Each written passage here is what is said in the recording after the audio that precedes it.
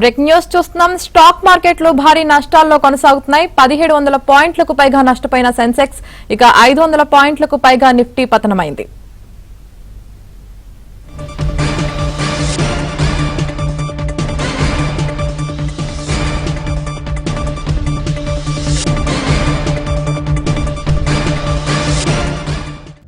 Mohammed Aziz.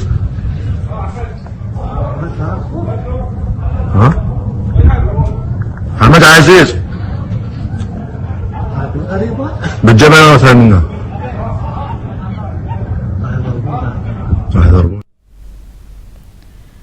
Break news చూస్తున్నాం. Stock మార్కెట్లు భారీ నష్టాల్లో కొనసాగుతున్నాయి. 1700 పాయింట్లకు పైగా సెన్సెక్స్ నష్టపోయింది. ఇక 500 పాయింట్లకు పైగా నిఫ్టీ పతనమైంది.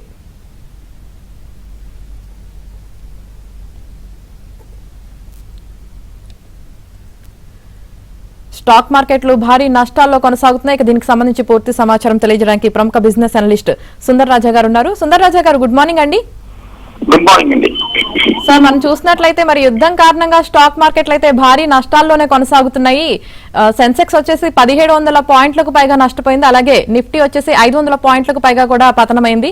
అసలు ఈ స్టాక్ మార్కెట్లు ఎలా ఉండే అవకాశం ఉంది సార్? ఇన్ఫాక్ట్ లాస్ట్ వీక్ ఏంటి చూస్తేనే మార్కెట్ శుక్రవారం బాగా వీక్ గా క్లోజ్ అవడం చూసాము. దీనికి ప్రధానమైన కారణం మనందరికీ తెలిసిందే, యుఎస్ ను అలాగే గల్ఫ్ లో ఇరాన్ తోటి కొంచెం యుద్ధ మేఘాలు వస్తున్నట్టుగా మనకి భయాందోళన రావడం చూసాము. దాని తగ్గట్టుగానే మొన్న సోమవారం కూడా మార్కెట్ లో ఇంచుమించు నిఫ్టీ ఒక 350 పాయింట్లు, సెన్సెక్స్ ఒక 1000 పాయింట్ల వరకు పడింది. నిన్న స్టాక్ మార్కెట్ సెలవు, హోలీ ఈ కారణం వల్ల, అందువల్ల ఇవాళ మార్కెట్ ఓపెన్ అయిన తర్వాత ఇవాళ మార్కెట్ కూడా భారీ నష్టాలతోటి ఓపెన్ అవడం చూసాం.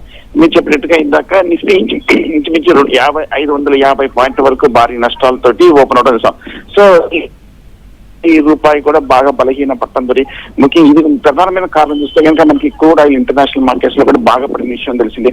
ఈ మధ్య కాలంలో ఇంచుమించు $55 నుంచి $85-90 వరకు వెళ్ళటం మనం చూసాం.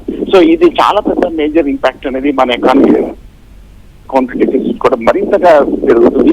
ఎందుకంటే మనకి ఇంపోర్ట్స్ మనకి క్రూడ్ ఆయిల్ మీద భారీగా ఉన్నాయి కాబట్టి, సో దీంతో మనకి కొంచెం డాలర్ పేమెంట్ కూడా ఎక్కువ ఉంటుంది కాబట్టి కొంచెం డెఫినెట్ గా రూపీ కూడా వీకెన్ అవుతుంది మనం చూస్తున్నాం.